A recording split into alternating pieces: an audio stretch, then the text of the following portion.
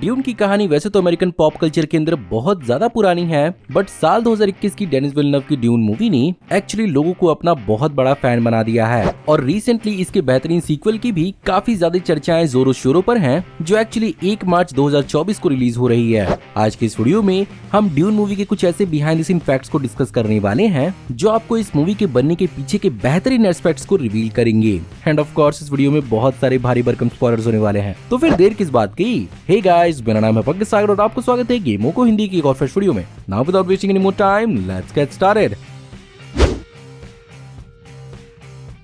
Of course 2021 की dune movie based है 1965 के इसी नाम के नॉवेल पर, जिसे लिखा था अमेरिकन ऑथर फ्रैंक हर्बर्ट ने। और बेसिकली इसी बुक को हॉलीवुड की कई सारी साइंस फिक्शन मूवीज और फ्रेंचाइजीज का ओरिजिनेटर और इंस्पिरेशन माना जाता है। लेकिन 2021 से पहले भी साल 1984 में ड्यून की अपनी लाइव एक्शन मूवी भी रिलीज की गई थी, जिसे डेविड लिंच ने क्रिएट किया था, लेकिन ये अपने जमाने में कुछ खास अच्छा परफॉर्म नहीं कर पाई थी। और यही रीजन है कि तभी से हॉलीवुड इस पूरे के पूरे फ्रेंचाइजी पर ठीक से भरोसा नहीं कर पा रहा था और इसकी लाइव एक्शन मूवी देखने को नहीं मिली। हाँ, बीच में साल 2000 के जमाने में इसकी टीवी शो अडॉप्टेशन ड्यून और चिल्ड्रन ऑफ ड्यून जरूर देखने को मिली थी।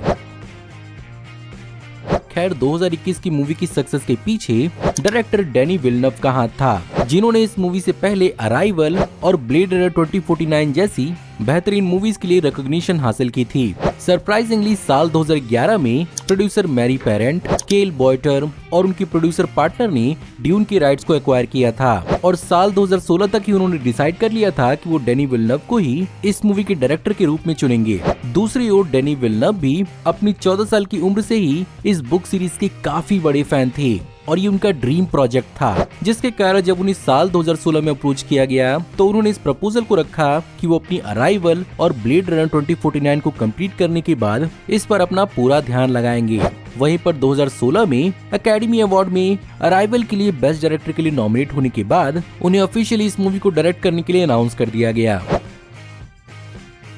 पॉल एट्रेइडिस ड्यून की कहानी के अंदर एक सेंट्रल कैरेक्टर है, जिसके कारण डेनी विल्नव को एक ऐसा एक्टर चाहिए था जो दिखने में तो कम उम्र का लगे, लेकिन उसके अंदर उसका सोल किसी ओल्डर पर्सन जैसा हो। और ये खासियत उन्हें टिमोथी कैलमेट में दिखी थी, जहां पर टिमोथी कैलमेट पहले भी 2013 की डेनी विल्नव की प्रिजनर मूवी के अंदर ऑडिशन देने गए थे, पर उन्हें वहां पर कोई रोल नहीं मिल पाया था। लेकिन डेनी विल्नव को टिमोथी कैलमेट का ऑडिशन याद था और यहाँ पर उन्होंने एक्चुअली टिमोथी कैलमेट को हैंड पिक किया बिना किसी ऑडिशन के ही।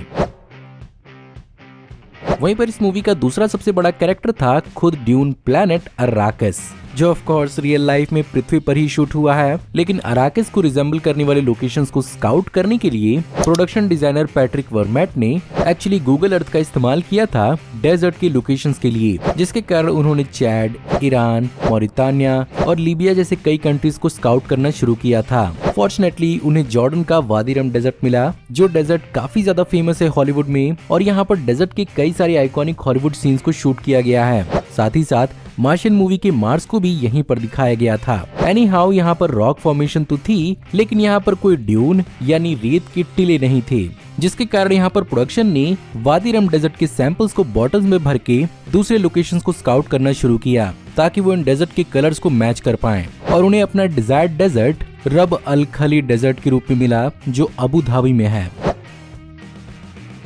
स्टेलन स्कार्सगार्ड वैसे तो हॉलीवुड के one of the most iconic actors में से एक हैं, लेकिन वो इस मूवी के अंदर बैरन व्लादिमीर हार्कोनेन के रूप में काफी अनरिकॉग्नाइजेबल लगे। और उसका सबसे बड़ा कारण ये था कि वो अपने कैरेक्टर में तैयार होने के लिए तकरीबन 8 घंटे तक बिताते थे। और बेसिकली बैरन हार्कोनेन का एक पूरा का पूरा सूट बनाया गया था, जिसे स्टेलन स्कार्सगार्ड की बॉडी के हिसाब से फिट किया गया था।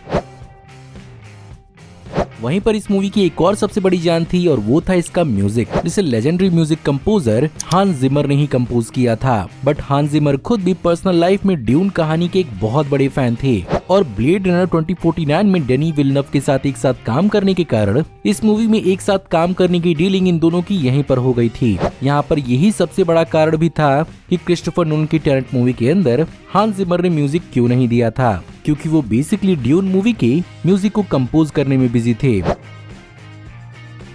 साथ ही साथ इस मूवी की खासियत थी डेजर्ट के अलावा इस मूवी का प्रोडक्शन डिजाइन, जिसके लिए ऑफ कोर्स यहाँ पर पैट्रिस वर्मैट ने मेजरली बड़े प्रैक्टिकल सेट्स का ही इस्तेमाल किया है, क्योंकि इस मूवी को एज ग्राउंडेड एज पॉसिबल दिखाना था। अपेरेंटली ये सेट्स इतने बड़े हुआ करते थे कि एक्ट्रेस रेबेका फर्गसन इन सेट्स के अंदर खो जाया करती थी। वैसे इन सेट्स के इंटीरियर डिजाइन और बाकी लुक को डिजाइन करने के लिए पैट्रिस वर्मैट को यहाँ पर पूरी की पूरी किताब को एक बार फिर से पढ़ना पड़ा था, जिससे उनको काफी सारे हिंट्स मिले थे। और इस फ्यूचरिस्टिक मूवी के आर्किटेक्चर के लिए यहाँ पर ओल्ड मेसोपोटामिया का जिगर्ड आर्किटेक्चर, वर्ल्ड वॉर 2 के ब्राजील और सोवियत यूनियन की ब्रूटलिस्ट आर्किटेक्चर, साथ ही साथ 1966 की सुपर स्टूडियो आर्किटेक्चर फिल्म से भी काफी कुछ यहाँ पर प्रोडक्शन को सीखने को मिला, जिसका इस्तेमाल आर्किटेक्चरल स्टूडेंट्स के बीच में ज्यादा होता है।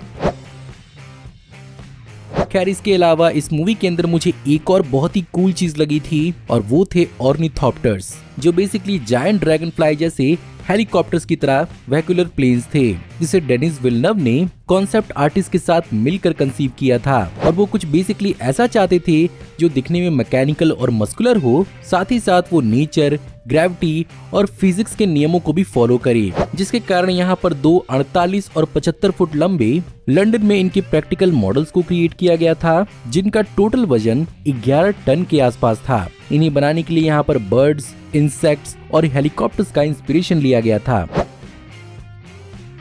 अब वैसे तो हमने बहुत बात कर ली प्रोडक्शन डिजाइन की, लेकिन साथ ही साथ इस मूवी का साउंड डिजाइन भी काफी यूनिक, अनहर्ड और इम्प्रेसिव था। एंड अपेरेंटली इनको भी क्रिएट करने में बहुत ज्यादा मेहनत लगी थी, जहां पर तकरीबन 3200 नए साउंड्स को इस मूवी के लिए बनाया गया था, जैसे कि ऑर्निथॉप्टर्स के साउंड्स को कैट के परिंग और टेंट स्ट्रैप्स की फ्लैपिंग को जोड़कर बनाया गया था। साथ ही साथ हवा में इसके आने वाले पंखों की आवाज को एक बड़े से बीटल के फ्लैपिंग विंग्स की आवाज से बनाया गया था।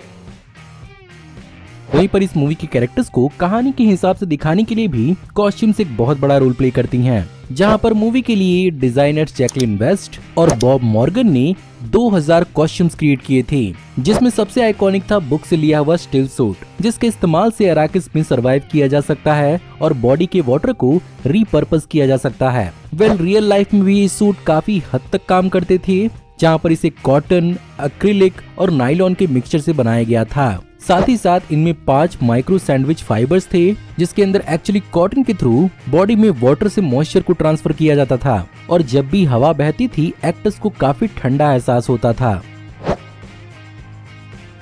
नाउ ऑफ कोर्स सैंडवर्म्स अराकिस के अंदर एक बहुत इंपॉर्टेंट रोल प्ले करते हैं, क्योंकि वही बेसिकली इस कहानी के अंदर स्पाइस बनाते हैं, और उन्हें स्पेशल दिखाना इस मूवी के अंदर एक बहुत बड़ी जरूरत थी, जिसके कारण इन सैंडवर्म्स को अकेले ही डिजाइन करने में प्रोडक्शन को तकरीबन 1 साल तक का वक्त लगा, जहां पर वो इन क्रीचर्स को एलियन के साथ साथ प्री हिस्टोरिक भी दिखाना चाहते थे, जिसके कारण ऑफ कोर्स बहुत सारी चीजों का इंस्पिरेशन तो लिया ही गया, साथ ही साथ यहाँ पर स्पेसिफिकली व्हेल्स का भी इंस्पिरेशन लिया गया था। वहीं पर इस मूवी के अंदर अलग अलग प्रकार के फिक्शनल लैंग्वेजेस भी दिखाए गए थे, और अलग अलग हाउसेस के अपने अलग अलग लैंग्वेजेस थे, जिसके कारण यहाँ पर लिंग्विस्ट डेविड जे पीटरसन को इस मूवी के लिए हायर किया गया था, जिन्होंने गेम ऑफ थ्रोन्स के अंदर डोथराकी और वलेरियन जैसे लैंग्वेजेस को क्रिएट किया था।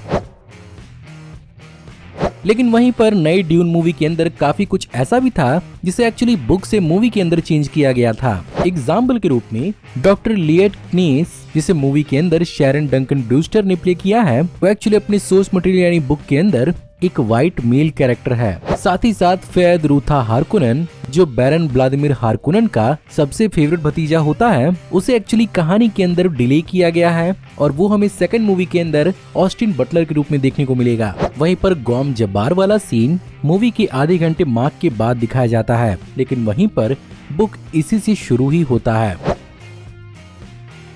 बात करें अगर इस मूवी के क्रिटिकल और फाइनेंशियल परफॉर्मेंस की, तो पेंडेमिक में रिलीज होने के बावजूद भी इस मूवी ने काफी अच्छा परफॉर्म किया, और 22 अक्टूबर 2021 को रिलीज होने के बाद इसने अपने पहले हफ्ते में इसने तकरीबन $41 मिलियन का opening box office record set किया, जो इसी के साथ रिलीज हुई गॉडजिला वर्सेस कॉन्ग के 31 मिलियन से ज्यादा था। एंड डिस्पाइट कि इस मूवी को उस समय HBO मैक्स पर भी साथ में रिलीज किया गया था, इस मूवी ने total world wide collection $438 million का किया था। बात करें अवार्ड की, तो यहाँ पर इसने असली बाजी मारी, जहाँ पर इसे इन टोटल 219 नॉमिनेशन मिले, जिसमें से इसने 88 अवार्ड जीते, इंक्लूडिंग 6 एकेडमी यानी ऑस्कर अवार्ड्स, जिसमें best original score, best sound, best film editing, best cinematography, best production design और बेस्ट विजुअल इफेक्ट्स भी शामिल थे। साथ ही साथ इसे गोल्डन ग्लोब का 1 अवार्ड मिला। वहीं पर बाफ्टा में इसे 5 अवार्ड दिए गए। साथ ही ग्रैमी और इसे अमेरिकन फिल्म इंस्टीट्यूट ने टॉप 10 मूवीज की रैंकिंग में से एक बनाया।